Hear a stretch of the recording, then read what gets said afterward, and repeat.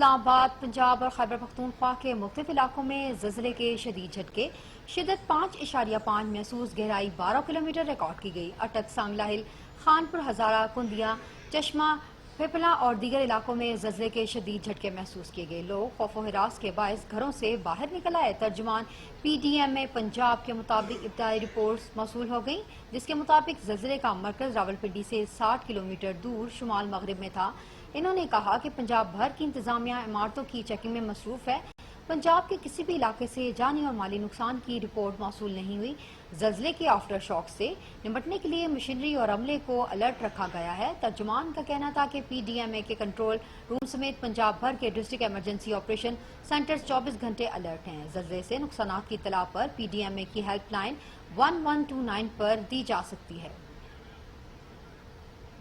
اسلام آباد، پنجاب اور خیبر پختونخوا کے مختلف علاقوں میں زلزلے کے شدید جھٹکے، شدت 5.5 محسوس، گہرائی 12 کلومیٹر ریکارڈ کی گئی۔ اٹک، سانگلہ ہل، خانپور ہزارہ، کندیا، چشمہ، پپلا اور دیگر علاقوں میں زلزلے کے شدید جھٹکے محسوس کیے گئے۔ لوگ خوف و ہراس کے باعث گھروں سے باہر نکل آئے۔ ترجمان پی ڈی ایم اے پنجاب کے مطابق ابتدائی رپورٹس موصول ہو گئیں، جس کے مطابق زلزلے کا مرکز راولپنڈی سے 60 کلومیٹر دور شمال مغرب میں تھا۔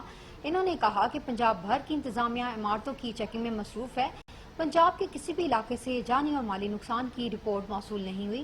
زلزلے کے آفٹر شاک سے نمٹنے کے لیے مشینری اور عملے کو الرٹ رکھا گیا ہے۔ ترجمان کا کہنا تھا کہ پی ڈی ایم اے کے کنٹرول روم سمیت پنجاب بھر کے ڈسٹرکٹ ایمرجنسی آپریشن سینٹرز 24 گھنٹے الرٹ ہیں۔ زلزلے سے نقصانات کی اطلاع پر پی ڈی ایم اے کی ہیلپ لائن 1129 پر دی جا سکتی ہے۔